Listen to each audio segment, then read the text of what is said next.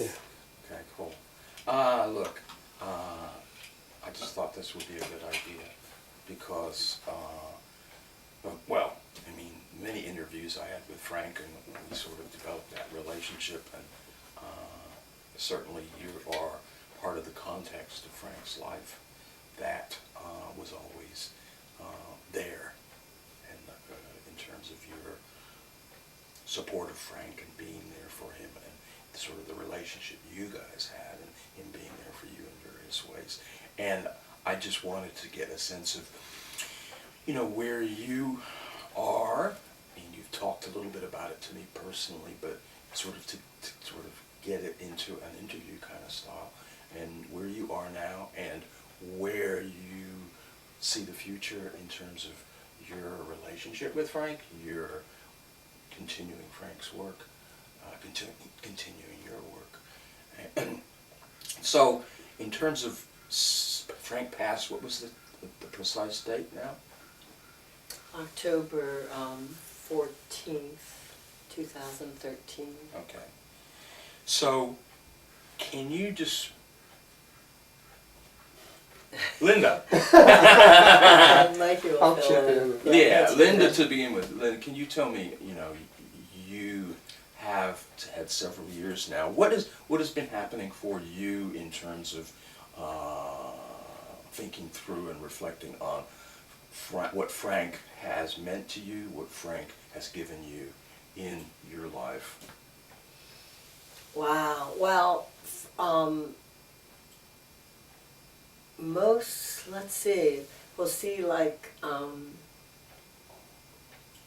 I don't think of Frank as separate from me. Okay.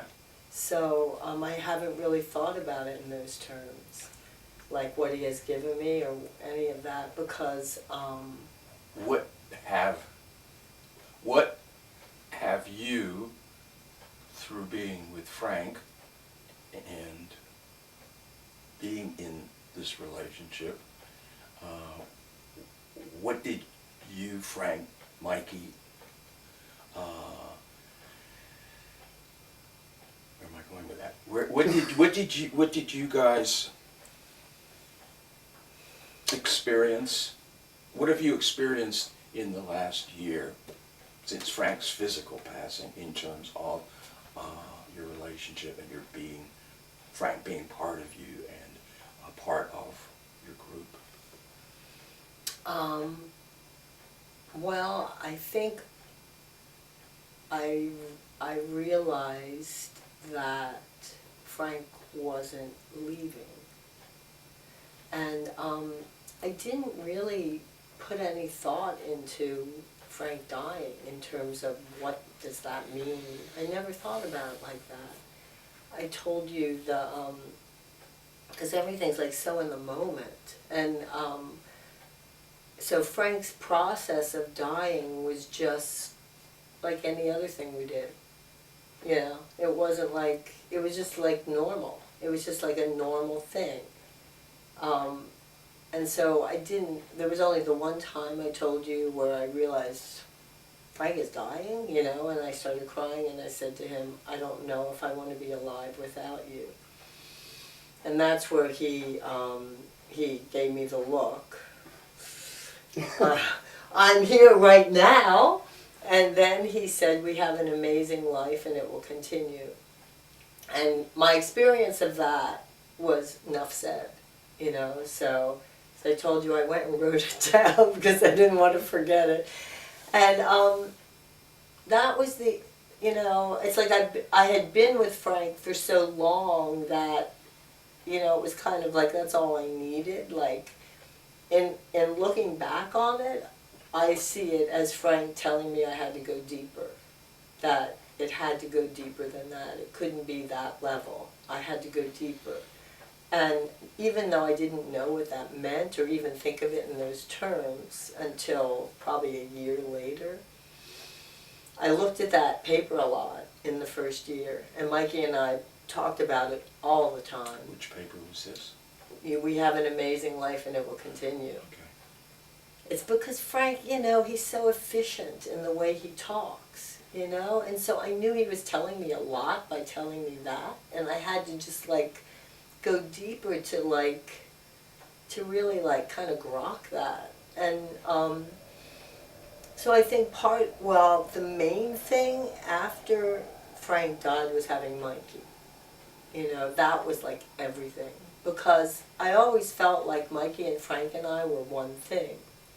And so Mikey always was Frank for me in some way, you know, that it's hard to like even talk about. But so it was Mikey, you know, like it was Mikey and I were like everything. You know, I had to be focused on Mikey, making sure Mikey didn't feel like I was off feeling bad about Frank, you know. And I think Mikey did the same thing, you know, so that kept us like functional. And it kept Frank here, you know, which I saw that after the fact. But I felt that. I felt like I had to just keep being the way I was with Frank. We didn't grieve about when people died. I told you that story when we didn't grieve over Frank's mom dying, over Frank's brother dying, over his student Carlos dying, you know. When Carlos died, we had ice cream sundaes because that's what he liked to eat, you know, like within minutes of hearing he died. And so like I knew how we did it.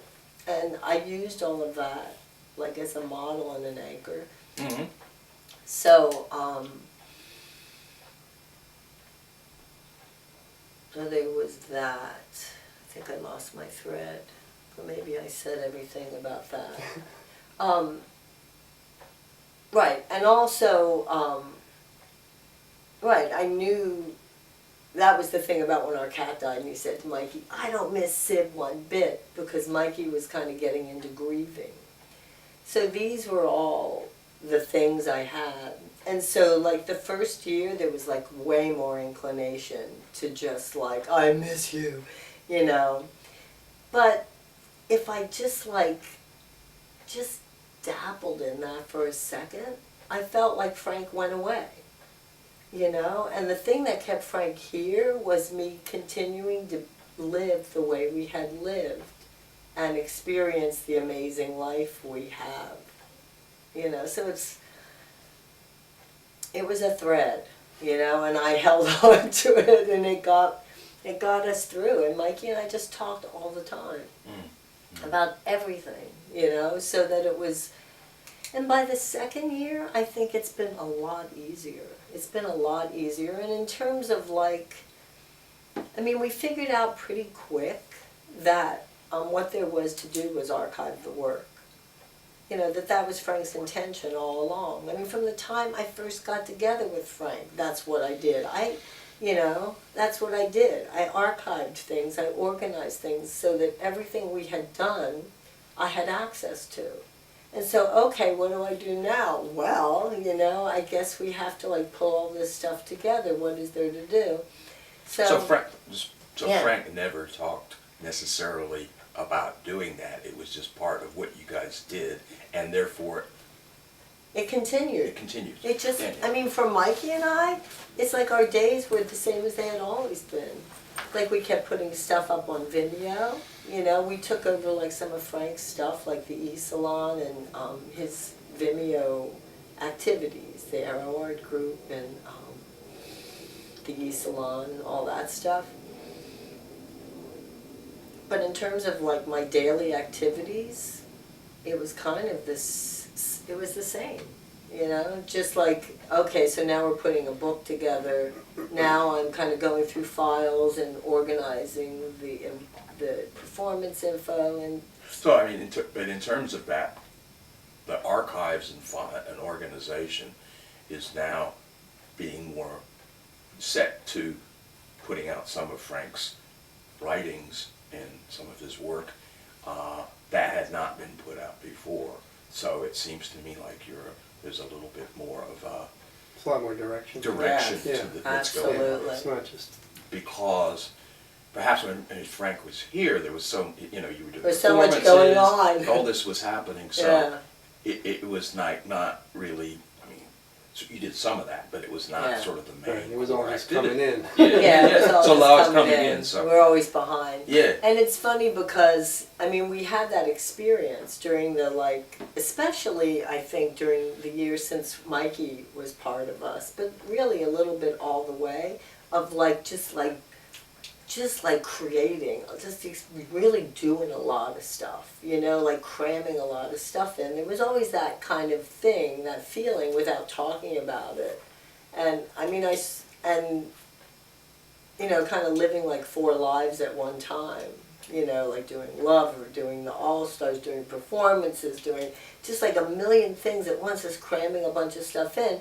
And now it's like processing all that. You know, that's what it feels like. It's like this is phase 2. Yeah. Now you just process all that stuff and it's endless.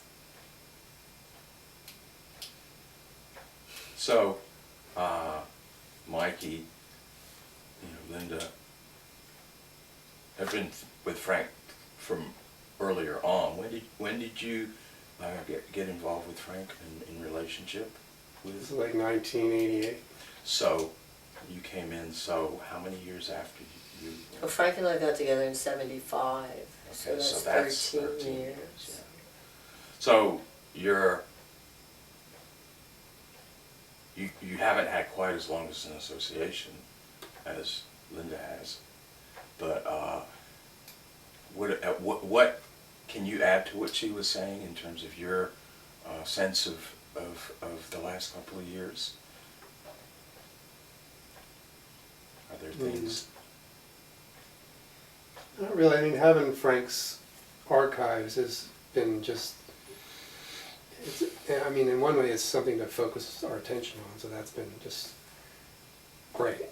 You know, that's like fun stuff to do for a really long time to come. So that's just like something to keep us busy. But I can't really add to anything, I don't think. I mean, Frank left us with a really nice life. You know, it's pretty amazing.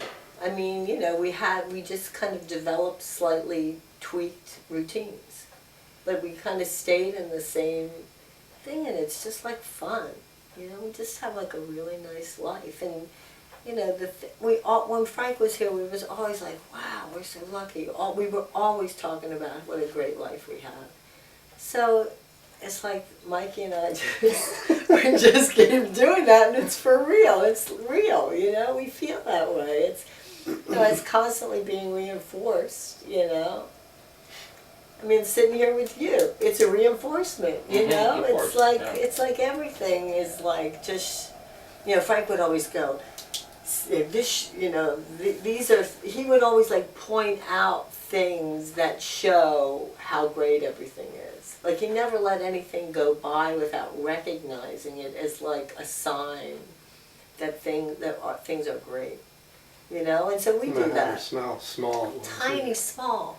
I mean, we talk about how amazing it is what we've developed at the coffee shop where we go to get our coffee every morning. You know, we have these relationships with people, you know, that read Frank's books, that, you know, we talk about Frank and other things with, you know, but it's like, wow, you know, it's not just like going to get coffee, it's like... Right. It's fun and everybody looks forward to seeing each other. Yeah, It's like, and I think of it in terms of Frank, you know, talking about what he wanted was to develop the intimate community that he thought that we as a society needed and wasn't there. That's what he tells you all the time, you know, I'm transcribing. And I thought that's what we continue doing. You know, there's like an intimacy, even going to get coffee, you know, with the people. And that's like, what did we get from Frank? That. You know, first of all, like being that way with people and not holding back, not like being like social limit, but just like being with people. And then recognizing it. That's all from Frank. You know, seeing kind of things in a deeper way and seeing that people want the same thing. People want that intimacy and not like he recognized that and went for that. And that, we got that from Frank.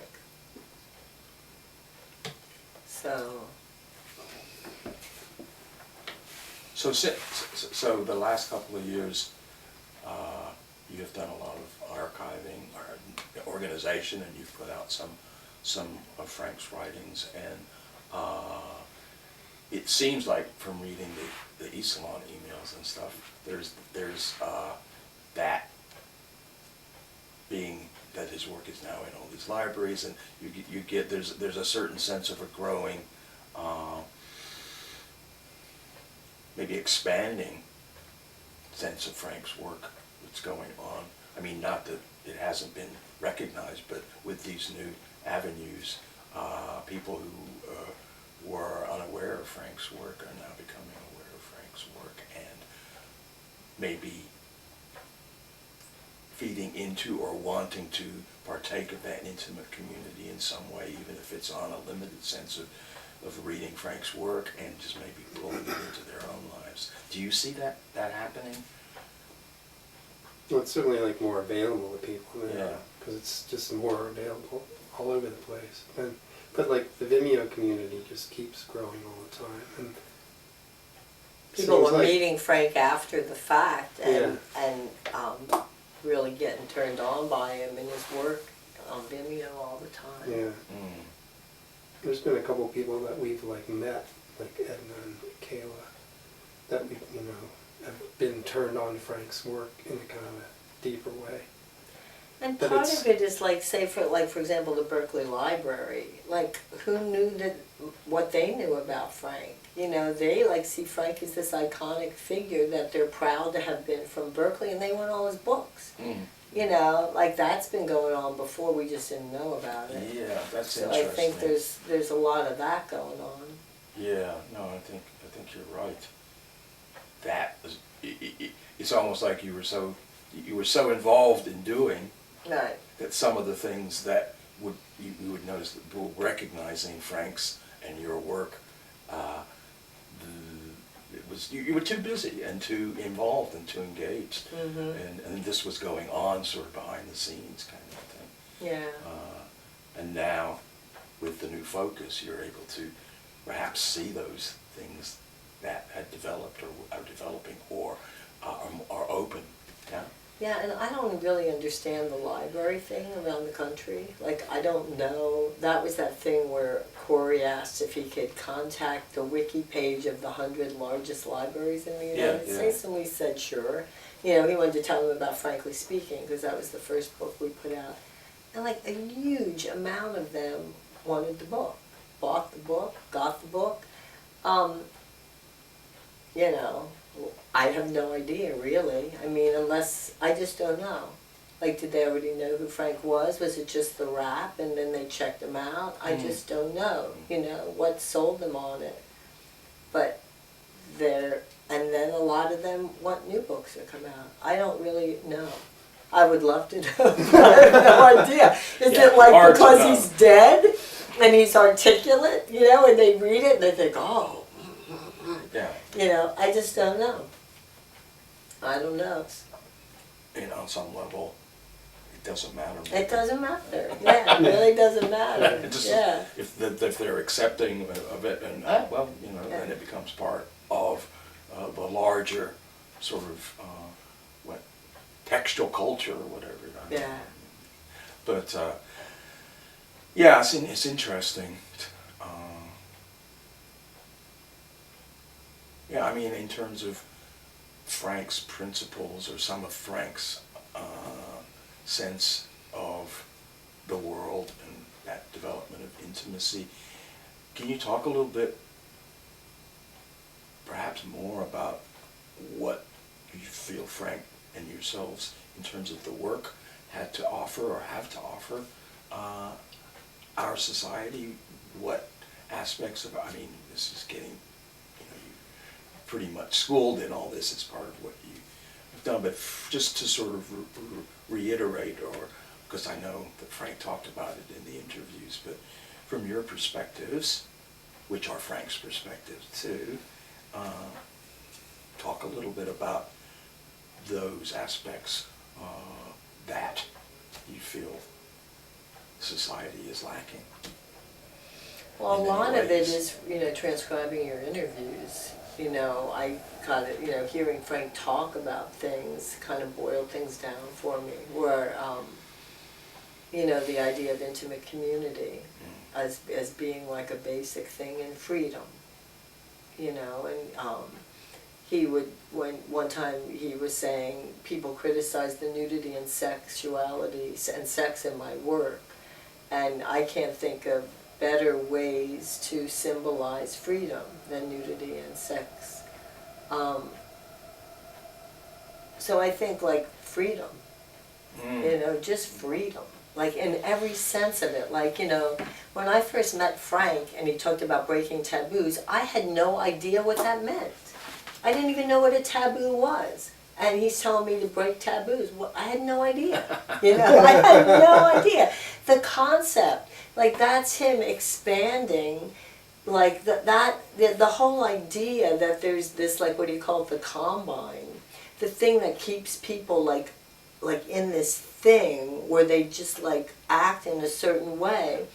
Taboos are the buttons, you know, that you can't do this because it's a taboo. You don't think about it as a taboo. You don't even have the concept of that. You just don't do it, you know? I don't know why, I just don't do it, you know? It's just like, that's part of what Frank was about. And I think still is about, like, listening to these old Shaman's Dens when they play on WROM. That's that Detroit station that's been replaying the Shaman's Dens for years now. We also see all of our stuff on BTV all the time, you know, because it plays all the time. That's like always breaking taboos, all like in the interviews, always like pushing past the way people are used to behaving and seeing 9 times out of 10 people responding to that. Like, you know, it like, oh, you know, he would say it opens things up. And so I still think that having that stuff play on TV and having that stuff play on this radio station in Detroit, you get that. Just watch, and all the Vimeo, you get that. And it like, you know, Frank always talked about planting seeds. It like just having the experience of listening to a conversation where somebody keeps finding taboos without even saying that's what they're doing and breaking them. The stuff he says to people in an interview, you know, it takes them aback, but then they kind of, okay, they'll go there, and it just keeps going deeper and deeper. I think that is still an active principle. It's still something that's going out there to people by having all these things available to people to see. And people have told us that watch these Vimeo performances that it feels like they feel like they're there and they have the experience, which Frank always was like so happy to hear, so thrilled that it went through, it translated through video. And just the act of the two of us going somewhere, holding hands, and just being happy is like one of the most dramatic, radical things that happen. People are starting to tell us, you know, stuff like that. You know, like, you guys look so happy. You don't see that. Right, You like look so people happy our today. age don't hold hands like that, so all the time, you know. Or I it's give like, Mikey a sip of my coffee. You gave him a sip of your coffee? People don't it's just do like that. It's little It's tiny like things. little things of But they intimacy. just like crack things open for people and expose things too, the way that, you know, they're looking at things, Yeah, no, or the way they're taught to look at things. for me, I mean, I'm just adding to the picture. That part of what Frank was about was sort of like breaking the forms, breaking the sort of behavioral pattern forms that, you know, you could call taboos, like he called taboos, that to allow yourself to create a new form that's perhaps more open, more intimate, more aware, more conscious than the old form, or the old forms. That's one of the ways that I interpreted some of Frank's sayings and teachings and work.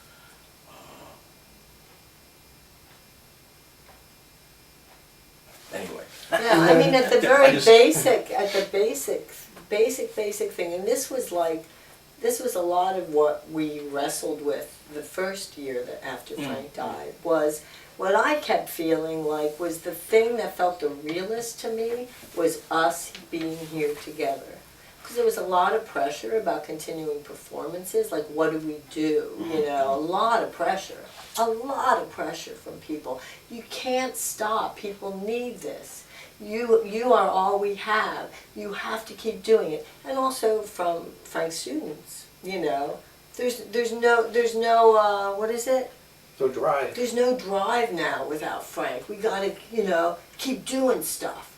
And it's like, and it was like on the one hand, I felt like I will do whatever I need to do. I'm not gonna, you know, not do something for, you know, it's like whatever needs to happen, I'm willing to do. On the other hand, the thing that just kept feeling the realest to me was like just us, you know, like us. And then I would think, when Frank was when I first read Frank's writings, it was all about like a simple life. You know, that's what it's all about. Just having a simple life, and what you do and how you live your life changes the world. But you don't focus on changing the world, you focus on just being here right now. And that was the way my life with Frank was. I mean, it's like on the one hand it seems like we did a lot and there's like a certain amount of glamour to it. It was never like that though. It never was like that. Like for me, there were a lot of years where we didn't do anything. And I never I didn't care. And Frank knew I didn't care. It was just, I was just as happy getting up in the morning, making the food, feeding Frank, taking a walk, you know, that was exactly the same for me as during the periods when we were doing all this performance and there was all this kind of, and Frank was always the same. That's very interesting. Yeah, he was always the same person. He never got hyped up about anything. The people around us did, but never Frank. You know, it was like when things were going, and he'd go, drink. You know, so I'd have to get him his water. So everything was always just like right here. That's my experience of my life with Frank, not like all this. And that's Mikey, his experience too. So that's what we used, you know. All the activities came from those relationships. And he always said that. He always said that. It was like the people came in and then, you know, he would see what people do and we'd start doing things and things were just kind of like an opportunity would present itself and you just run with it. And, you know, so it was like, but it wasn't like a goal you focused on or a project you dreamt up to do together kind of stuff. And it was always like, it just came together. Came. Almost a spontaneous Well, that's what he creation. always said. If things had gone the way I thought I wanted them to go, my life wouldn't be anywhere near as great as it turned out to be. That's what he always said. You know, because every step of the way, and it's in How to Handle an Anthropologist. Yeah, I've got You know, yeah. you should read that book. No, I mean, all those things are present Yeah. in me, and probably part of my sort of current emotional things that I'm going through. Yeah. But so, you know, Frank, no, I mean, I think that's kind of a huge point. That no matter what was going on, you know, things didn't change, or they changed. There was change, but things didn't change at one level. This level of living, the deep level, the deepest level. It was so stable. So that's like the hugest thing that I got from Frank, and that's the thing that didn't go away, and that's what I feel is Frank. Like, that's why I say I don't feel like Frank is gone, because, like, it's like he's right here. We kept that level. We kept that level. I mean, yeah. So now, I mean, you're doing certain activities, but that level that you're talking about is still there. So whether it be the performances, whether it be just feeding Frank, or getting up and going for a walk and then coming back and living your life in relation in that more basic sense rather than the performances. And also that it's the situation and the people and the relationships that sort of build those performances or build the spontaneous creation of these. And that's what Frank's students don't get. You know, the 3 students that are still here living in the house, they don't get that.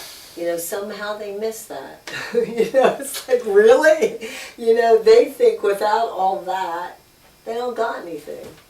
And they don't have Frank. So what do they got? They got nothing. They got each other, and they're not getting that that's enough. You know, and I'm thinking, like, that's the kernel. That's the main thing, and they don't seem to get it. It's a should. They get it as a should. This is enough. You know, yes, this is enough. But they don't act like it's enough. You know, it's like, so that's, yeah. So they're struggling. Oh yeah, yeah. As much as they were day one, you know, it hasn't improved in any way. We just keep trying to figure out different ways of dealing with it. That's really all that's changed, is Mikee and I just trying different things to find a way to just keep everything like functional, not being too distracted by the turmoil and the drama of what they're like doing, so that they don't have to just be together. So their understanding in terms of this issue, as you say, is a should to them. Like, this is what they should be experiencing. This is what you should feel. So obviously, for them, getting from the, I guess, the intellectually understanding that, going to that deeper level of feeling it on a deep level, is where they're having issues at. And it's really the same as it was when Frank was here. And again, in How to Handle an Anthropologist, we're just on the chapter now where Frank's talking about that. Yeah, no, I mean, I'm just remembering Yeah. some of the issues that were going on. It's still the same. And, you know, with one person or another, and how it would come out in the interviews sometimes and talk about those issues. So That's all still the same. And in their minds, the only thing that's different is now Daddy's gone. So there's nobody to, like, make us do it. So we're just not going to do it. yeah, well, Which, of course, makes them miserable, right? But there's yeah, yeah. We don't know how it's all going to turn out, and No, it's not, you know, for us to see the future. We don't know. we don't know. And Yeah, you know, yeah. we can only hope. But Yeah, yeah. I mean, really, it is really true for Mikee and I. It's just, it's forced us to go deeper, you know, to just keep trying different things, and seeing that that's what Frank did. He just kept trying things, you know, and that's what we're doing. so now, just getting back to the archiving and the organizing and the sort of putting the books together and various projects. So you, and we talked about this a little bit last week, is do see that it's kind of an endless process. There's so much to do. Yeah, yeah. Oh yeah, it's can be So you have, overwhelming. like, at least like 5 books beyond. I mean, like a bunch of different book process, you know, just archiving various things. But Like we could do volumes of just performance, and we're thinking of that. I mean, because Frank wrote a lot about what he did, and we have all that, you know. So all the and there's photographs photographs to to go with it, go and the posters with to it, go with and it. So it's like posters. just like each performance is documented in so many different ways. So that's That'd be we like figure really that's going valuable to be for somebody. volumes, You know? and we've actually broken it up into periods, you know, and thinking that that's one possible way it will go. So everything we do, we're plugging in for various projects. So there's Like, like things in How to Handle an scripts. Anthropologist that we make Frank talked about this there, so we have to cross-reference that. So when we get to that book, we can use what he said to you about the Outrageous Beauty Review in the section on the Outrageous Beauty Review, etc. So, Yeah. where did you, I mean, how, and this may be an impossible question to answer, but for a person who didn't like to plan, how did he get the this, how did the whole sort of idea and motivation to document and archive from the very beginning all this? Do you have any way of? Well, when I met something- Frank, he already had 2 trunks. Yeah. So it was just He was kind of just- him. Like his mom sent a trunk of his early works with him Yeah. at some point after he left, and then he had another trunk that happened from that point to when I came, and then I got file cabinets.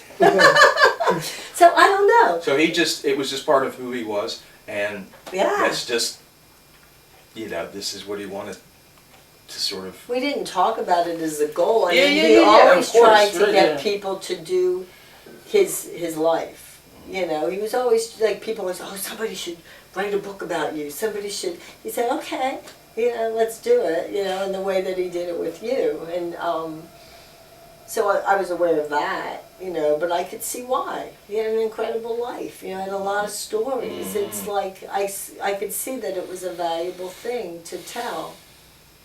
And also just like transcribing this stuff and realizing how hard both of you worked to do this. You could tell you could just tell you were working hard. You were having fun, but it was like hard work. And that, like, for Mikey and I, it's like, well, we're going to get this book out. Yeah. It was good hard work. It was it's good, like, satisfying. I work hard now, but somehow it's just not. It does not fulfilling on some level, many levels. So it's like the work was difficult, but yet it was just so meaningful.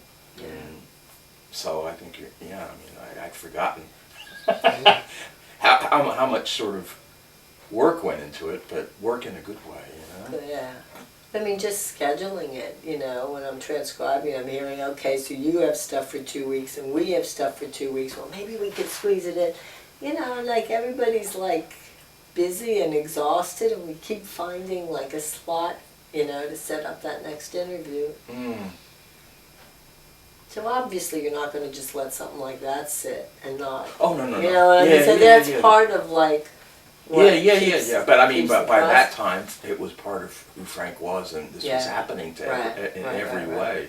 Right. But yet, it's all documentable. Because film, interviews, you tape, So, writings. So, I mean, maybe it's just what one does when one is doing the various kinds of performance and venues, what's the word? Artistic modalities, as part, like when one is performing, we'll video it. This is a technology that's available, so you've got that as an art. Audio tape, he started videotaping from the beginning, but at least get the verbal, the audio tape down. So maybe but I mean, so many people reach a point, and I mean, I'm not the most organized person in the world, so, it's like, it's amazing to me that,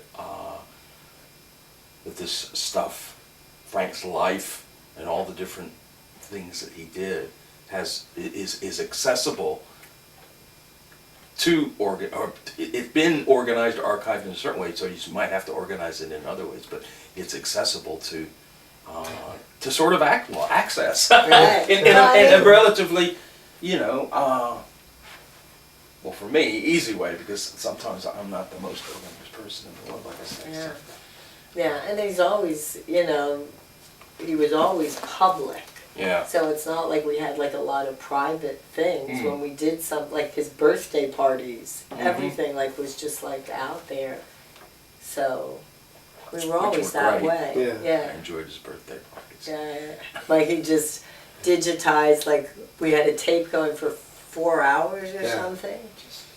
We set up in the room, recording the room as people came in and out and talked, and everybody left and then came back in. So it just documents the whole event. Yeah, and documenting the interaction, the relationship, the intimacy. That's right. That's what I see. That's why it seems so valuable to me. Oh. There's like in something like that, there's like all these different kinds of people, like a full range. There's Bob with his blow-up sex doll, you know, and like a social worker and a librarian and our doctor, and it's like, and everything in between, all like having this common thing, their relationship with Frank, which then makes them relate. So you see these different people standing there talking to each other that would never have talked to each other. That seems like incredible to me, and having that on tape. Yes, it's, with the way you explain it, I can see what you mean. It's like on one level I would have, if without Frank, I would think, Bob Madigan with a blow-up sex doll in the same room with whoever so-and-so? Yeah. Really? But it was nothing, you just didn't think of it like that. You Yes. just threw it all together and you just like let it be what it was.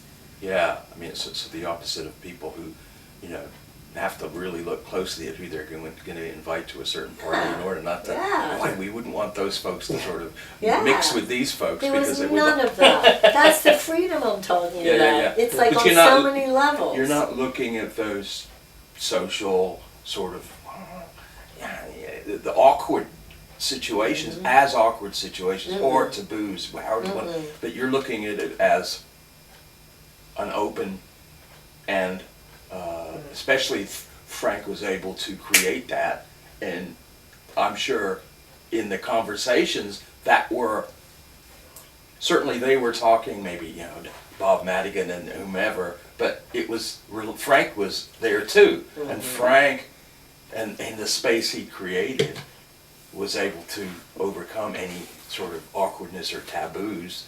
That I'm not saying they didn't feel it, but yet I'm sure they felt a glimmer of relatedness and intimacy, even if they weren't necessarily totally aware of it. Yeah, like Because when of the you think situation. back of it, when you think back on it, do you remember feeling like any kind of like this about No, it? no, Yeah, no, because no. I think that was just the way it was. Yeah. Nobody felt that. That was just like, there was like that freedom, that like all possibilities thing, like not being limited. Yeah. I think about all the ways Frank used the word possibilities. He was always using that. His show is Unlimited Possibilities on BTV.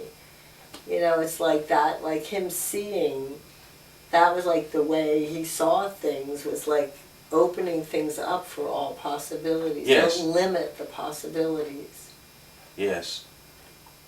And that when he made a stand against the compromise, it was because of the closing down of possibilities that whoever was asking for the compromise. And we just saw the part, you guys have a long talk and you go, so Frank, I get it now, okay? I get it. So you don't see any situation where compromise is what? The right thing to do. It's like, Frank's not ready to stop talking about it either. He's like, because you're going, I get it, I get it, okay, I get it. Right, I think I tried out a number of Yeah. scenarios. You and wasn't sort of- going for it. Yeah, yeah. Yeah. So no, that sounds really that sounds pretty fun. So yeah, so yeah, no, that's immense. Yeah, I'd forgotten about that. Actually, the sense at those parties, and that it was just such a range of different people that were there relating. So they were open to it. Now, you know, some of those people may have gotten back to their lives and obviously not, I mean, you know, taken away the core that this is the way you can be all the time. Yeah, but it doesn't matter. Doesn't matter. It doesn't matter. That's what Frank, and also the thing about that was it was just a party. Yeah. You know, there was no kind of like word, you know, it was just a party. Yeah. We were all just together having fun. Yeah. And, you know, Frank always said it didn't matter, like, because something goes in. You plant a seed. It doesn't matter really what people think about it afterwards or what they think. Yeah. You know, because something goes in. It's like a seed that goes in whatever we do. And that's what said he was always going for, planting seeds. And he still is. Yeah. You guys still are. Yeah. You know? So, I mean, you're kind of right. it's, well, you are right, it's still happening on a deep level. Yeah, yeah, it's amazing. And it's like I feel it with like the community of people, as I said to you the other day, it's like, you know, people are always saying stuff to us, like, you know, how important it is that we kept the e-salon going, how important it is that we're keeping the Vimeo thing going, and just like, it just feels like Frank, like, physically not being here is allowing people to have a deeper experience of what we all are or have or something together. And the video project we're doing too, all the people. Yeah, I mean, that was like, that made it loud and obvious. Yeah. It's like we have this idea, you know, to do this video thing. And, well, let's just like ask people if they'll read a chapter of Art of a Shaman, you know? And it's like, we sent out these emails on a Friday night. Saturday, everybody answered us. And they were just like, there was so much enthusiasm. I don't know. And appreciation of being part of it. And them reading Frank's words again. Yeah, there's a lot of that. People reading the words, and it's like it takes things deeper. Yeah. So are you thinking of doing that with any other of Frank's writings, or just this? At this point, we're just doing this. Yeah. We might have somebody read a couple of his performance write-ups, because the book ends pre that whole Temescal period. So we might be all part of the same project. They'll be all part of the same project. Yeah. Oh, I mean, we imagine doing all sorts of things. We have so much footage and many photographs. We have so many people that have read Frank's poems over the years, thinking about putting that together. Yeah, I was thinking of it. Yeah. What about his poetry? All the music stuff. Mikee has compiled all the music stuff in the expanded sense, everything that Frank has done. Like bands and audio where Frank was involved. Singing with somebody or doing something with that. So that'll be a whole other thing to put somewhere to make available to people too. Website. And there will be like a Erotic All-Star website eventually that's kind of like the history of the All-Stars with all the video and audio. I'm just forgetting when the All-Stars first started. Well, we get to see this whole thing because it was, you know, Frank was singing along with tape music. Yes. When that group broke up in the 70s, yeah. That Outrageous Beauty Review group. So it was just Frank and I and him singing along with tape music. And Barb Golden, who is the KPFA, she has a show on KPFA that Frank and I were on from like the 70s, I think. She's like part of the whole new music scene. And she was the first person that said to Frank, why don't you try not having the tape music? Because Frank, we were getting all these musicians, these great musicians that Frank had playing along with the tape music while he sang. But he didn't care if they actually had any of the notes right. He was just having a live band, you know, and maybe some of the musicians played the song and some just played. And so she suggested that, and that was really the beginning of the All-Stars, and that was... Could have been the mid-90s, maybe? Right. We were on Peralta. Yeah. So it was the 93, maybe? 94? Right, because and then when we moved to this house was when we had it was one of the first ones, right, in like San public Francisco. events. That was an amazing experience. The All-Stars. Yeah. Yeah. Just the freedom. Yeah. To explore and to sort of just you sort of interact with other musicians without necessarily trying to sort of adhere to a strict form, you know, like a music form or a genre or something. It's just like moving with the emotional flow of the group, you know. And that was another thing where for a number of years, that was mainly what we did. And I remember at one point Frank saying, you know, the stuff that is really the heart of what I do is the ritual performance and the private performance. And I thought, Oh, right. It was because we were so involved in the music and the clubs, I kind of forgot, you know? And then at some point when but that was him following. You know, he didn't kind of get like this, well, I need to keep doing the ritual performances in the pub. He just went with it. Yeah. You know, we met Bob Madigan. He decided to book us every week at clubs. So we just did that for a couple of years, you know? But then when that kind of petered out. Yeah, and then we kind of moved back more into the ritual performances. Now I'm flashing on all these different Genetic All-Star. It was what was the Richmond club called? Where we used Burnt Ramen. Burnt Ramen, yeah, that's right, yeah. Burnt Ramen. I used to love going there. And then we had several incredible bands that played there. Mm-hmm. Yeah, I just, you know. Oh, yeah, a bunch of them. Yeah, I was just like, whoa. Well, anywhere, there was always...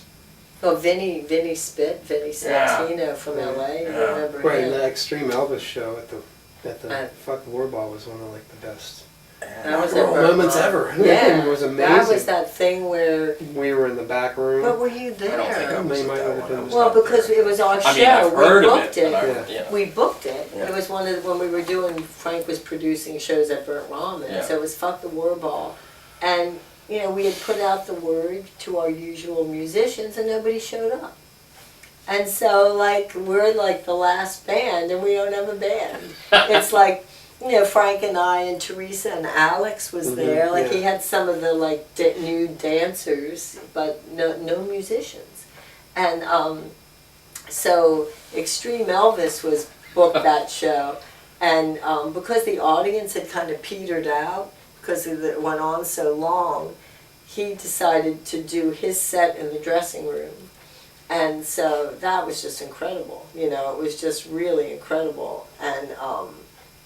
And Frank asked him at the end of his set, can I have your band? Because I don't have a band, and we're up next. Yeah. And so he makes this announcement. I can't tell them this is all part of the show, what to do, but I can say that it would make me very happy if they would be part of Frank's band tonight. So of course, it was just like this segue. It went, there was no stop. It was like his thing faded out and the All-Stars started with him still there, you know, kind of doing stuff with one of his dancers and stuff. And it was...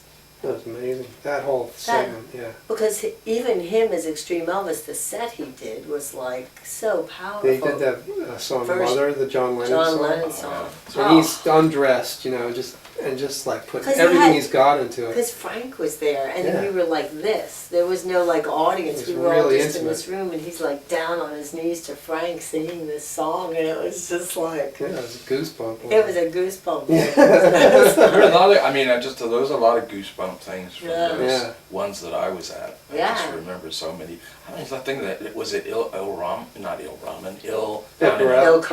The one where that guy had, I don't know what he was doing, but he was putting something into, and it was making. Was that during our set? Or no, this one was of the previous. Others? Yeah. One of the noise guys. Yeah, the noise. One of the noise guys. I'm just. My mind was being totally blown. Yeah, and then I mean, I enjoyed our set too. And then there was the Noise Fest where we freaked the Noise Fest community out. Remember that? That was cool. And that was your harmonica. That was one of the things they had a problem with, and Frank was so proud of that. It was too harsh. That was too harsh. How can you be too harsh for a Noise Fest? These guys with drills. I remember that. Yeah, it was. And they never booked us again. And Lob was the guy who was booking, and he didn't book us. You know, we have a long history with Lob. That's how much we were not allowed to go. Yeah, I was honking pretty hard that night. I just was having a great time. Yeah, and there were people there that loved us. You know, because that's how we met Steve Davis. And you know, we had a relation. We still have. He's one of the readers. I don't know if it's you guys took the picture, but I have a picture of myself like this, like this, and the amps are there, and there's, I don't know who it was, but I don't know who it was, but somebody's sitting like this on one of the amps, you know, playing their guitar, like next to me, and then there's this other one, which is just like this smoke, I don't know, this haze and you could just see my face.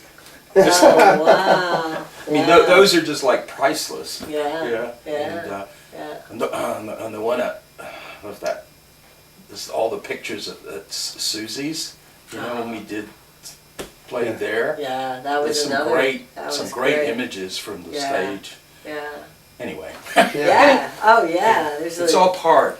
It's all part. Thurman Barney, he was quoted. I don't know Yeah. if that was at Frank's party or one of the things he wrote to us a bunch right after Frank died. And he has a way of saying things.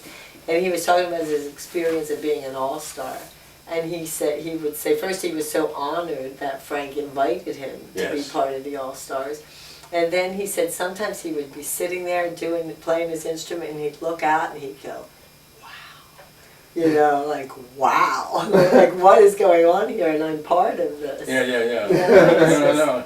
It was an honor to be part of that. But an honor, it was just, I don't know, it's a different, I'm not sure the honor is the right word, but it was certainly, you felt special because you were part of that, you know, that Frank had created this space where he had invited you to be part of that it was, when you realized it, you know, it was something that a lot of people wouldn't experience and perhaps wouldn't get, which is really a shame, you know, that this experience it was like a free fall. It's like, sort of like jumping out of I mean, I would never jump out of an airplane, but in a creative sense and in an artistic sense, and allowing, you know, whatever to happen with the group that would happen, you know. It was just like abandoned. Yeah, it was just like, whoa, you know. And it was just like, it could set your hair on, you know, on end. You know, when you were part of it, yeah. And Vinny talked about like his experience of when he met us at Chemo's, because he was the band that was opening before us, and we didn't know him, and but we knew that there were a lot of people that were really into him and his band Spit. But when Frank had me the way he would do, ask him and him and her.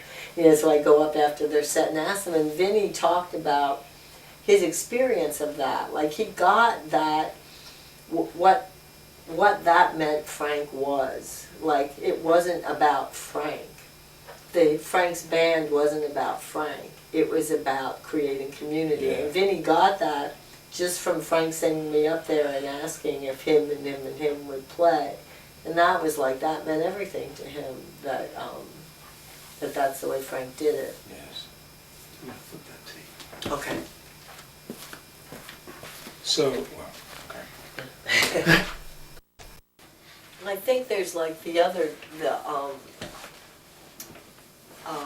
thing of, let's see how to put it, and I think this is a good aspect of having to go through the stuff with Frank's students, is seeing, because a lot of times I'll feel like from their perspective, all the good times are over.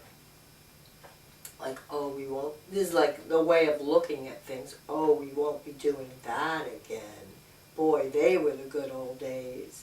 You know, and I think, oh my God, Frank would kill me if I ever thought like that. He would absolutely kill me, and I've never had 1 second of thinking about things like that. You know, never, ever, ever. It was always about being like right here. Just being right here and doing what we're doing and having this be enough. And so I think us enjoying talking about all the stuff we did, like making a distinction between that and thinking of it as, you know, like, oh, gee.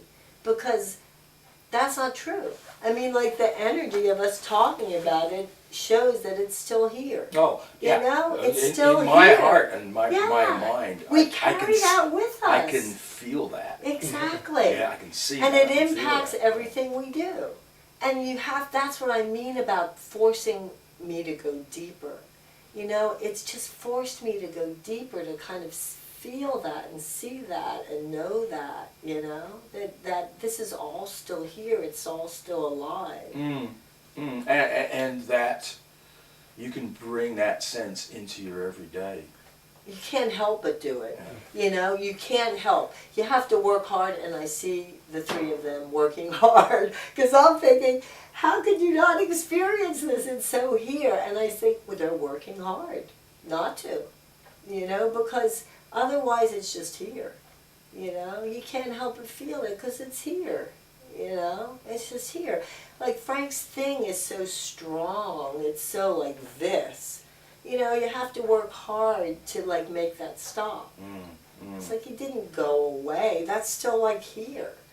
You know, it's still here. You feel it. Every single person that's come over here, you know, there's like that moment of like, hey, it's still here.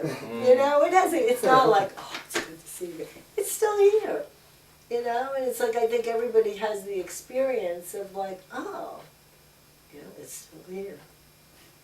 And that's like Frank. You know, that's like Frank still being here. Yeah, and it's also like you're saying, you know, there's phases that Frank or you guys went through in terms of doing more performances or more sort of more music.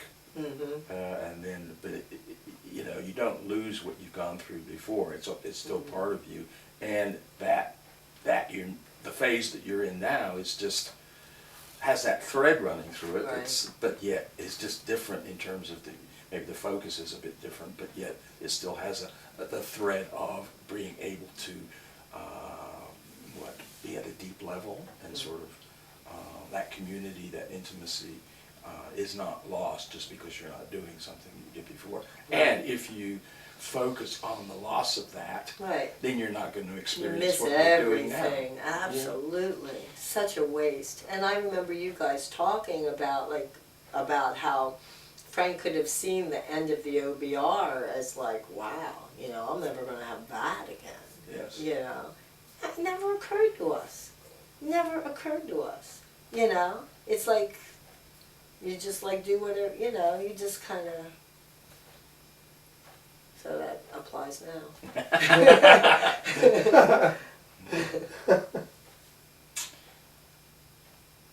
So, gosh, we've just gone a little ways with what we've been talking about, and I don't know if this, Mikee? Linda's been doing a lot of talking, but perhaps maybe you have some things to add to her sense of what, you know, you guys have gone through, what you're experiencing now. If not, that's okay.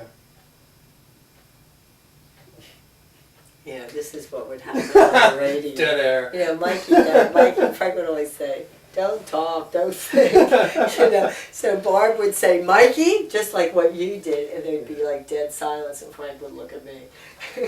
Start talking. Yeah.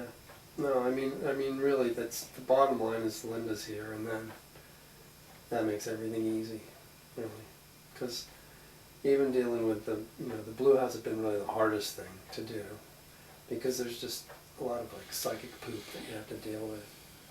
And having each other to focus on keeps us like being able to see through all the fog and all the stuff that, you know, kind of thrown at you that might make you doubt what you're doing, or, you know, that feeling of Frank not being here, all the different things that happen. So you know, Frank would always, if I would feel something one day, he would say, is everything okay here with us? And I'd go, oh yeah, okay. It's in the air. He would just dismiss it like that. It's in the air. You know, and so there's a lot of that, you know, where you just like, all of a sudden it's like, it feels like we're not doing anything and everything is meaningless, and it's like, what the fuck, you know? And it was like we would say to each other, but everything is great. We go, yeah, everything is great. It's in the air, you know, and then you just kind of like... Cast it out. You know, and then there are some days that are just like, I'll say, boy, it feels like we're on a raft in a really rough sea, you know, and it's just like that kind of like crap, you know, but we always you know, it's like, again, it's just like talking to each other about it, and then it's okay. Yeah. Yes, and yeah, I mean, I'm just thinking, again, this has such value for people in terms of, because so many people do get caught up in, you know, mourning, loss, and not able to continue, not able to sort of see because of the cloudiness and there are other aspects coming into their life. And to be able to view things in the way that you're talking about and be able to perceive things as Frank, you know, Frank suggested, Frank, you know, we know Frank's was, I don't want to say promoted, but that was who Frank was, you know, in terms of looking at life, being intimate and not allowing those focus. That's the thing that, like Frank was focused. So with Frank physically here, Yeah. there was like an active focus that we always had to fall into. He always had his eye on the ball. He always knew what was happening for us when all that poop was, you know, when all the kind of, you know, he would talk about contractions and expansions, and there's times when everybody thinks we're doing great work, and then there's other times when everybody thinks we're shit and they don't want to have anything to do with us. That was a continuous cycle for us. Continuous, you know. But it never meant anything to Frank. You know, it was always like this focus. Well, that's what like Mikey and I like in terms of going deeper. You know, on one hand, we took it for granted, you know, because I was used to it. I was with Frank, that was the way I lived. I was used to it. You know, his focus was always that way, so as I said, he would just say to me, are we okay? Yes. It's in the air, boom, then we just move on, you know. So like for Mikey and I, we're able to, that's like the going deeper. It's like, you have to like, you know, you have to kind of find that, you know, and then it will be like, oh, you know, that's like, because we'll have moments where I'll say, this is what it felt, this is what Frank was.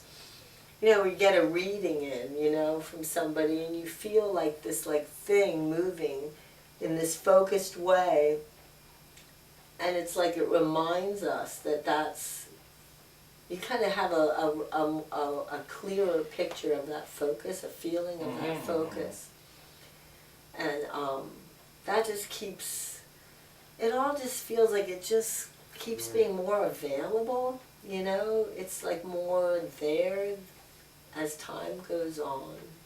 Yeah. No, I'm just thinking now, you brought up an issue, focus, that we hadn't talked about, and that I just remember from Frank, my sense of Frank too, how focused he was on the ball. You know, Always, and always. didn't deviate or didn't let things take him off the path. Yeah. That was really always his like lesson for you too. Like for me, you know, if I was like thinking too much and getting, you know, like trapped in my thoughts, he would say, focus on us. You know, it was like a way, it was like he was focused on kind of whatever, just dealing with everything.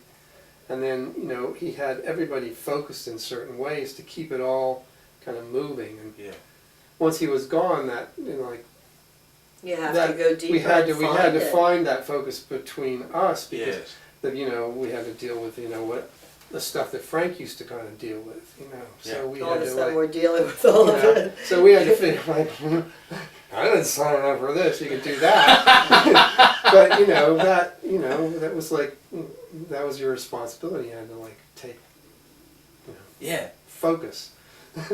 So I mean, again, and it goes back to, you know, I don't necessarily have to have an answer. I mean, I mean, and I'm not that into causal, you know, kind of explanations. But I just amazed, even with all the interviews, you know, the sense of focus that Frank had was always an amazement to me, and something that you couldn't really figure out. It just was who Frank was, and I mean, it is a significant, I think, teaching to the world to sort of to get cut through that sort of stuff that can really take you off course, getting caught in one's own mind, to stay focused on the simple, on the relationships, on these things, which sounds easy, but as you know, and as the group, members of the group have found it, I mean, sometimes it's not for various reasons, because you get taken off course.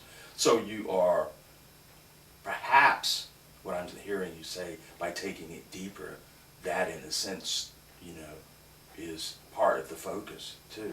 Is deeper means staying focused and taking the focus through your life.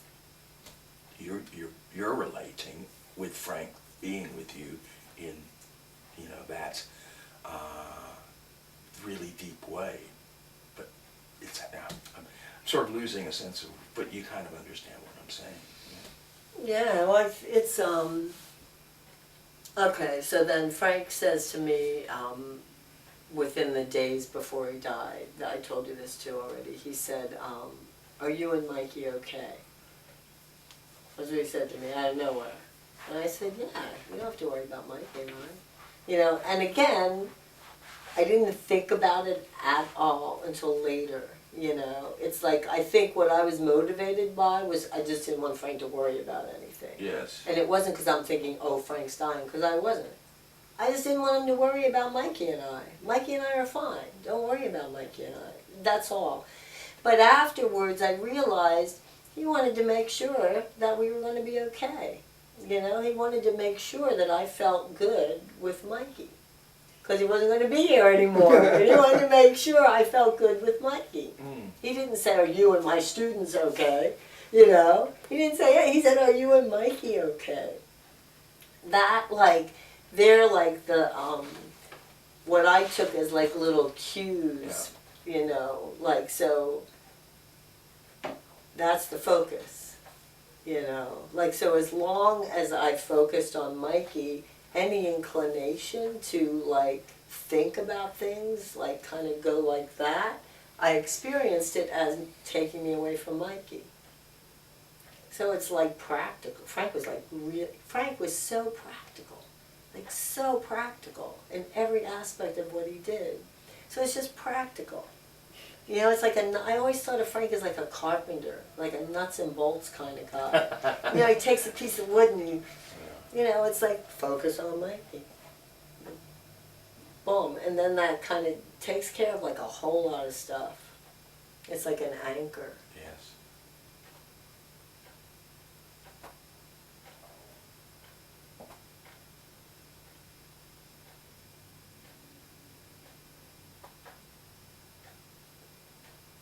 And the other thing he would do is he would the markers, I've kind of already said that a little bit,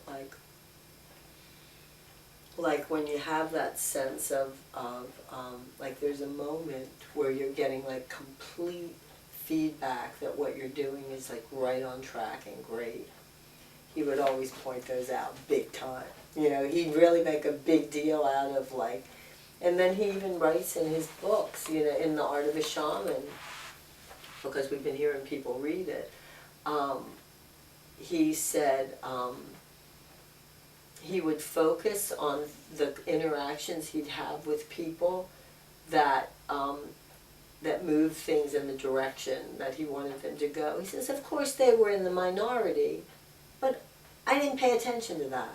I focused on that's the way I wanted things to be. So he always was like taking things and using it to stay, you know, so that's what we do. It's like, you know, you have a moment where you think, oh man, like we're right on track. Everything feels great. We make a big deal out of it. You know, we talk about it. And then on a day that's not as clear, remember yesterday we felt like everything was on track. Has anything changed? No. Well, gee, I guess we're still on track. We just don't have we don't feel it as much, but we know it. You know, that's like a focus, you know, a way to focus when there's like a lot of distraction and poop. You remember, because he would say, I would take that and I would focus on that. Okay, you know, we take that and we focus on that. and that kind of pulls you through the foggy part. Yeah, no, I can see, and you're right, there's a very practical sense to what Frank was saying. Yeah. In these things. And he had figured it out. He'd figured out. How life worked. Yeah. That's what he always said. He said, I know how life works, it's people. That's what he would always say. You know, and that's what the whole apprenticeship was about. You know, it's like, I know if you do this, this, and this, it's really going to work for you. You know, and then he'd watch people not do it. Even though they did it and experienced it as working, then they'd stop doing it. And he talks about this with you, you know, what is it that people, when they have something that works, why don't they stick with it, you know? And then, you know, after the OBR group, that was like during a period where we just walked around town a lot and just talked and hung out at coffee shops and talked about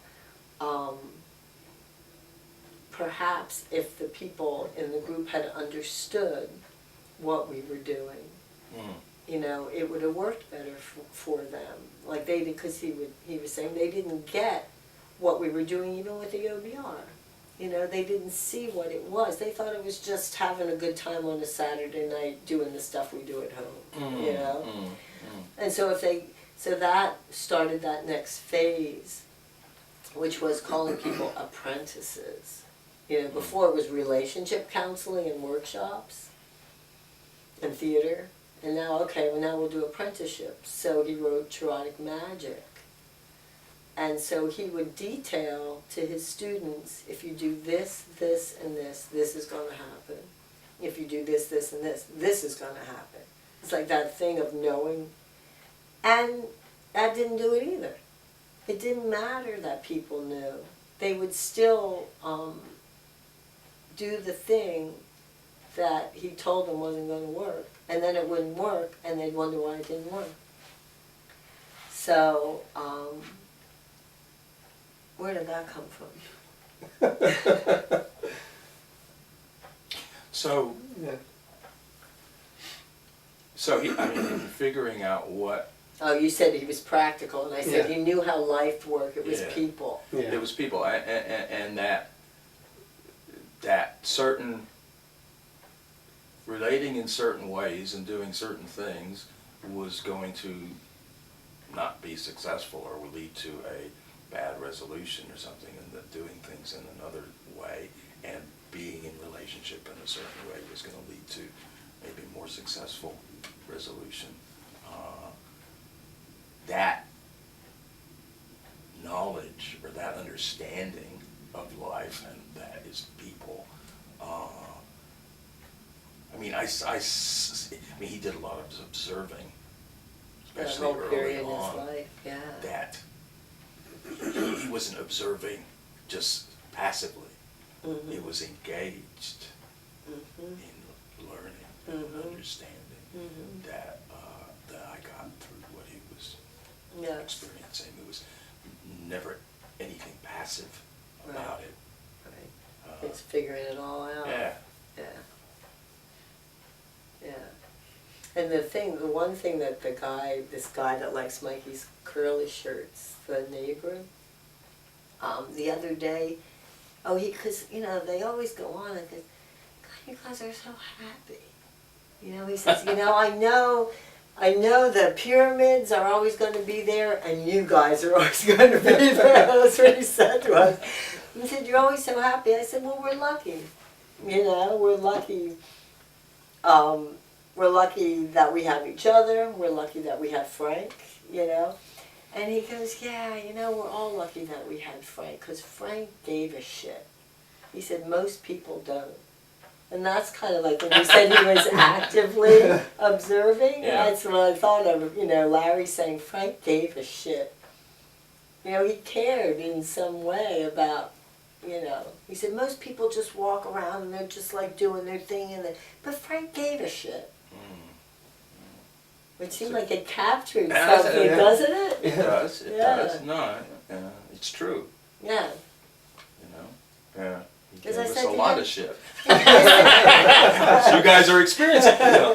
Hey, it's just like, yeah, no, I mean, it's like so many different aspects of his life and, you know, his relationships are there to still experience or to still, you know, check out and Right. observe and see Right. and feel and understand.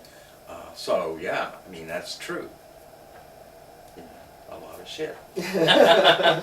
And all of these shaman stands and performances, you know, Frank has me telling these stories over and over again. You know, so there's always stories about things that seem like each one of them seems so valuable. Mm. Yes, and as I think I mentioned last week, the fact that Frank could be telling me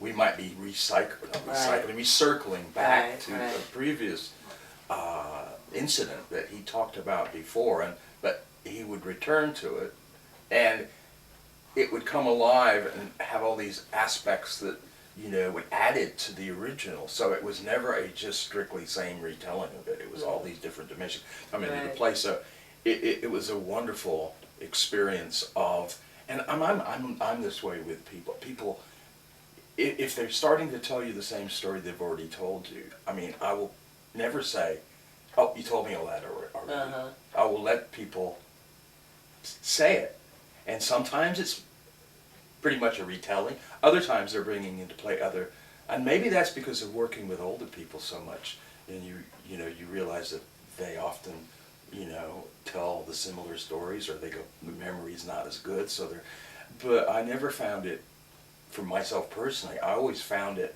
interesting to listen to a second and a third time, whatever, because there's always something, even if it's the person's demeanor or something about that is a new creation. Not necessarily a simple recreation or a retelling, but Frank took that to the next level in his circling back and adding. Right. I mean, he could have told the same story. Perhaps that's what he's telling in and over, but the same story again and again, and it would always be different in some ways. Right, right. Well, we hear the same stories over and over again, and they always have new aspects. Yeah. There was one time with Rachel Rosenthal, who's a performance artist that like this, that we really, really liked and admired, and we were having lunch with. She was the one that when we were traveling to Los Angeles doing this performance and we didn't have anybody to do it, rapping, rocking. And that was when Frank was a guest teacher at UC San Diego, and Eleanor Anton, and, you know, these are all people we learned about in school, and we told her we didn't have anybody, and she says, "Oh, call Rachel. Rachel has students," and we're thinking, call Rachel, you know, like, and she gives us her phone number, you know. And so we call her, and this is the beginning of after we first found out that we were doing performance art, that we had been doing it for like 10 years.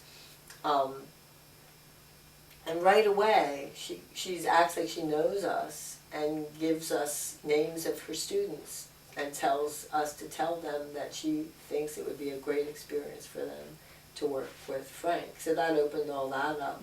But we were sitting there years later at a table having dinner with her and her assistant Linda Sebio, who was in Out of Isolation. And, you know, Frank has me telling the stories, and we're telling all our stories, and she's sitting back, and at the end of it she goes, "You're storytellers." Like as if it was like some like, you know, like big deal thing, you know. And for me it was just like, I didn't, you know, it was the first time like, oh, you know, the stories are something, you know. It's like, you know, it's like it's doing something. I don't know, it was the first time I got it, you know. Yeah, no, stories are huge, you know. I mean, you want to view them as performances, you can, but they're huge.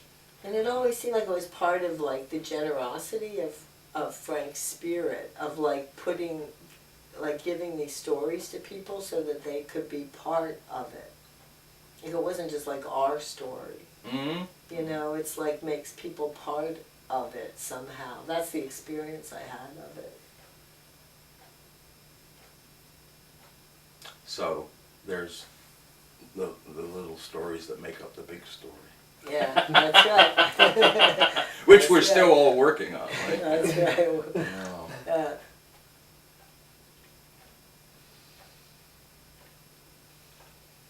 Yeah, I mean, just on a personal level, I mean, in terms of just talking about thinking of Frank and what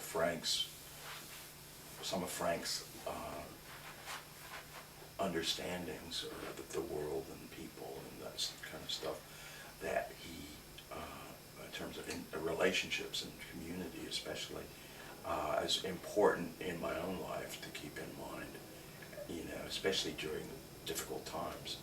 And I refer back to, you know, some of his ideas. I wouldn't call them ideas, they're just sort of principles almost, that, like you say, the things that work and things that don't work. You know, so just a little addition in terms of my own personal sense of what I've gotten out of that aspect. The other part of Frank is the opportunity to sort of do things that the taboos or the we're telling you not to do, or not, you know, or sort of whatever you're creating barriers for yourself, you know. That was an opportunity for me, and to not close off possibilities, you know, in my life as it moves forward too. So those are really important things that stay with you, stayed with me about Frank. But I had forgotten about his focus. I had not dwelled on that or not thought about that for a while. So I think that's an important aspect. I mean, we're getting sort of circling back here, but I'm just thinking back to what you brought a while back. So are there any other things that you feel might be relevant for, and I don't even know what to call this, you know, it's sort of like, again, it's developed beyond just talking about, you know, what you guys have experienced in the last couple of years and how you are taking forward Frank's work. It's sort of enveloped all these other dimensions. Yeah. Well, I think the idea of not having pictures of how things should be and where they're going. Yeah. You know, that we are constantly reminding ourselves of that. Yes. It's just like following. You know, Frank always said, "I trust and I follow. I trust and I follow." You know, and I think that's a real biggie. You know, because you know we really don't have any idea what's happening. You know, other than like just what's in front of us, what we're doing. You know, but we don't have any like grand thing of it at all. Yes. Not at all. Yeah. Right now we're book publishers. We have to write things, you know? It's like, Doing things, you know, when Frank first died and they're talking about Frank's autobiography and stuff, I said, I don't want to have any part of it. I don't want to have any part of writing Frank's autobiography. You could do that, you could do that, you know. I'll transcribe tapes. You know? And it's like, okay, so, and then I have to write things for the e-salon, you know. I never, you know, it's like you just kind of do what you got to do, which is what it's always been with Frank. Mm. So in terms of that issue, I mean, so Frank pretty much was the one that wrote most of the e-salon stuff? Oh, he Right, did. everything. He was our interface. He always said, "I'm the front man. I'm the brand name." You know. So we didn't. I had to just like keep track of it, keep organized. He he wrote wrote the it all. posters, I drew them, you know. Yeah, he did He wrote everything. the posters, you know, the text for the poster, and then Yeah, I yeah, drew it, and then I drew the poster. You know, Yeah, so. he did He did all of that stuff. I figured he did, but just, Yeah. so, and now you're talking about you're the Mikey and I mean, I'm the one that sits down and types it, but a lot of time Together we actually are we're a good really team. a good team. Because, you know, either one of us can kind of map out, rough something out, and then the other one will tweak it. You know? Mm-hmm, mm-hmm. But like Frank's biography now, we've kind of we've got a lot of raw material, but, you know, like Linda has all the stories, so we got a voice recorder. We'll just have her just record stories, and then we can take that, transcribe it, and then like shape it into something that's readable. Mikey's good at that, you know, he's the tech guy. He's good at like taking all the pieces and like putting them together. And so that's the way we're looking at it, you know, because it's too overwhelming to look at it any other way. Like we have to write the story of Frank's life. Really? You know, no. Frank wrote his own story. Yeah. You know, Yeah, right. he documented. We just have to get the pieces and put them together. Yeah. So we figure everything we do is part of that. Like certainly how to handle an anthropologist is a huge part of it. Because that's in It's telling the us. backbone for the whole That's thing. going to be the backbone. It covers that period of time. Wow. Yeah. That's amazing. You got, I mean, what you guys are doing. But again, you're doing it in a practical, everyday kind of level. But in terms of, it's like anything, you know. You do a brick at a time. Right. Yeah. That's right. Yeah. Pretty That's soon, right. I mean, the Look at all the brick books we put out. Like is how a did wall. we do Then that? the wall is a house. That's You know? right. But it takes That's time. right. Yeah. But and it takes focus. And that's why we are focused. We are focused. We, you know, we wake up in the morning and we're like, you know, that's what our day is every day. Yeah, and I mean the other thing is like Frank knew how to enjoy life, you know, and that's in our bodies, you know. When you live a certain way, you know, you just get used to that. And so Mikey, that's what I said. That's what I said to the students. I said, Frank set us up. Our job is to not fuck it up. You know, it's like it's all, you know, you just kind of keep doing what you were doing and not like step off of the path. And so that's the way Mikey and I do it. We enjoy sitting down and having our meals together and reading a talking book or watching a movie, you know, doing the Vimeo together. It's incredible. What fun. We get to spend an hour looking at these amazing videos that people make from all over the world and selecting which ones go into ArrowArt Group, which is like one of the biggest groups on Vimeo now, you know? It's like people are always thanking us for putting their video in the ArrowArt Group. Because if your video's in the ArrowArt Group, thousands and thousands of people are going to see it. It's like over 12,000 members now, so it's like instant audience. Wow. And that's Frank's concept of ArrowArt. Like that's the essay. And so we look at these videos and we think Frank framed this. He's telling people that what they're doing is this. He's saying what you're doing isn't pornography, it's ArrowArt. And this is how it fits. And he writes this whole thing, and that's the thing people see when they join the group. So he's like, now, something he came up with in the 1980s is like bearing fruit. He tells you at one point, I wish I had marked it, because he gives you these precise numbers. He goes, well, I figure it takes this many years for my ideas to start being understood, and then this many years for them start to be incorporated. He had like a whole system that he tells you, which I don't remember. But that's what we see. It's like these videos that people are making. Frank is there telling them that what they're doing is important, and then putting it out there to these tens of thousands of people.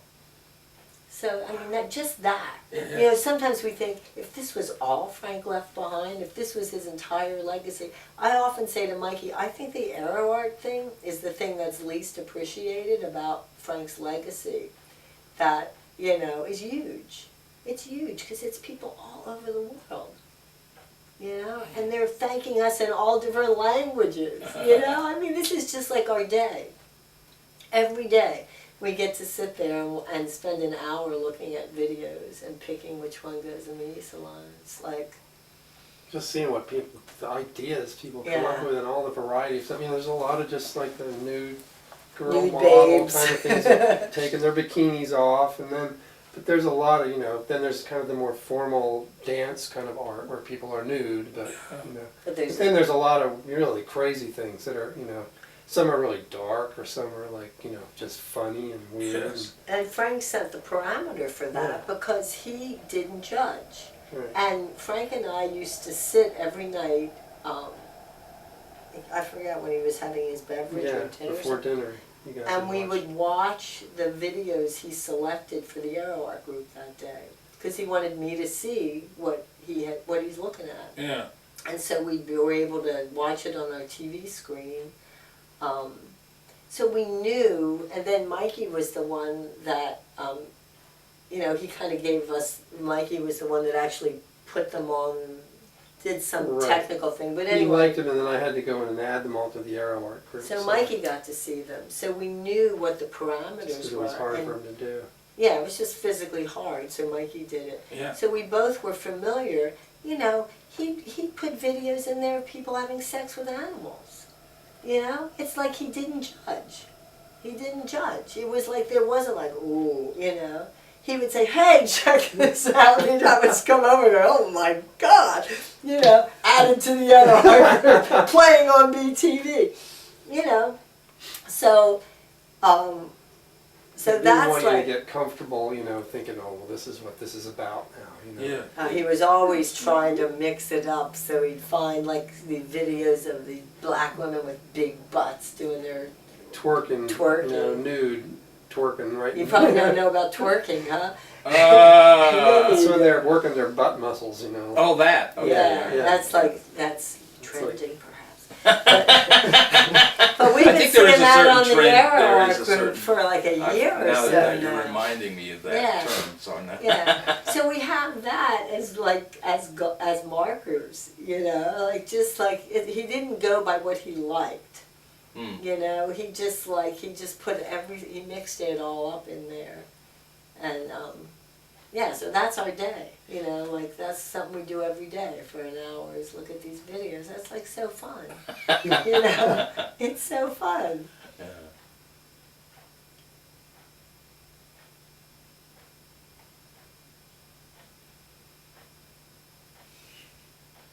Any additions, or we wrapped up here?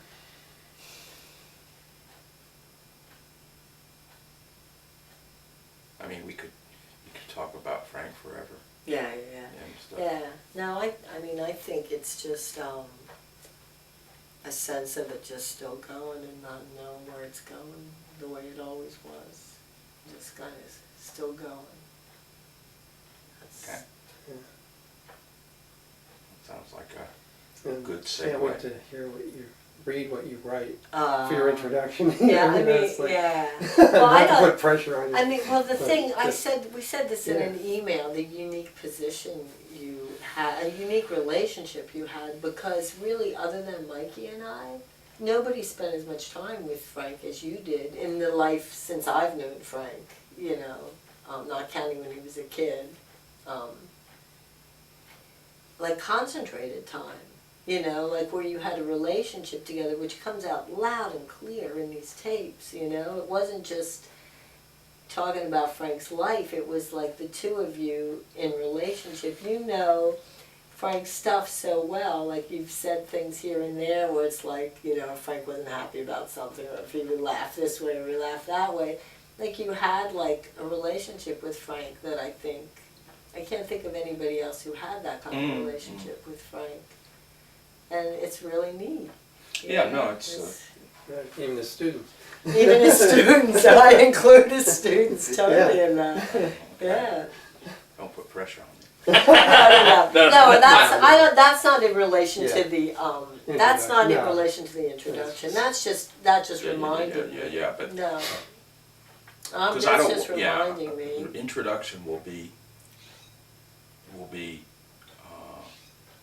like I say, I want to sit down and read the whole thing, and then I will start writing, and I will not necessarily be too, how can I put it, the first draft, I'm just going to sort of try and just pull out, you know, without, you know, going back and sort of organizing or, you know, editing and saying, I should have said this, I should have said that. So I'll get something there, and then I'll maybe do a little bit of organization if it's, I'm sure it'll be, you know, somewhat rambly. But I'm not going to put a censor on, because I don't necessarily think Frank would approve. No. I mean, think we all know that. yeah. So I mean, you know, so I wanted to express the experience, the relationship, and Frank's vision for what, Frank's approach, you know, and sort of flesh out what that meant, what that means, you know, and certainly what it means to my own life, but what I think it could mean to others. You know, not saying I won't, you know, add a few sort of more conceptual things there once in a while, but yeah, I don't want to make it too academic-y. Yeah. Yeah. I want to make it more feeling, experience, but clear, you know. Yeah. Yeah. You're gonna have so much fun reading it. I know. I've had so much fun. We both have, like, transcribing and proofreading. It's so much fun. Yeah. Really fun. No, I'm looking forward to it immensely. So, when I get back from Eureka, which is Tuesday, I will go to and check out the storage space. It has to be done because I've got to do a few other things, and this is one of the most important. This is the most important thing. But I just have not been able to do it up to now. But I will do it when I get back, and I will try and put some more music on another stick for you. Cool. So I hope you enjoy what you've given you. I'm sure. It's gonna be great. Yeah. Yeah. I mean, there's some great stuff. That album by Satan's Pilgrims is great. They're a surf band, but they put out that album, Psychsploitation or whatever, in 2009, I think, somewhere around there. But it's like more of a psychedelic. And I think, wow, they're a better psychedelic band, or you know, they get a 60s sound, but it takes it in. But yeah, you know, it's like, oh, well, I like their surf, okay, but this sounds even better. So there's some good stuff. Wow. And I don't know if you've ever listened to the Aqua Velvets. They're a great surf band that I think really has some. I mean, that layers of kind of lushness there. And and some of the blues I've gotten into in the past few years too is there. So a mix of a bunch of different things. That's so fun. So I'm looking forward to checking out what you guys have. You ever heard of C6 Steve? I have, but I don't have anything. You Is he do good? now. Is he good? Does he have the discography? Oh, yeah. Well, No. I think, yeah, everything we got, I think Okay. you got now, so Wow. 5 albums or so. Okay. All right. Yeah. Yeah. it's plenty So to I keep mean, you yeah, busy. you guys have on music as the background a lot, right? Always wake up, turn it on. It runs 24 hours still, and Mikey's always adding new music to it. Yeah. So it's on all day long until we go to bed. So I mean, did Frank usually have it on? Oh yeah, yeah. So Since he we was- started Lover. It was Yeah. part of it. When he woke up and got in his chair, we blasted it in the living room. And then when he worked, he had it on. And he had it on loud. He liked Yeah, to work with it, you know. With blasting. Yeah. Yeah. How wonderful. Yeah. I'm just thinking how progressively in my life, you know, as with my schedule and all the different things, and you know, not being able to, when I'm doing real heavy cognitively focused work, and you know, I just not having the space of music taking up less and less space in my life. And I've got to sort of rectify that because I really miss music. Yeah. You know, music is so good for your spirit. Oh you know? yeah. I mean, we really. Yeah. It really is always. It's constant for us. Yeah. Yeah. Except when we're watching TV or sleeping, really. Yeah. Yeah. So, something else to take back, and you know, not merely a New Year's resolution, but a life resolution. Because I can't do without music. I may have a little more for you. When we come back to Yeah, well, next week. So I just thought of a few more things. Okay. Yeah. No, I've got a lot of stuff. But you know, I mean, my friends usually are still supplying me with stuff, and I don't have time I haven't had time to process it. So, you know, some of it I haven't even listened to. You know, but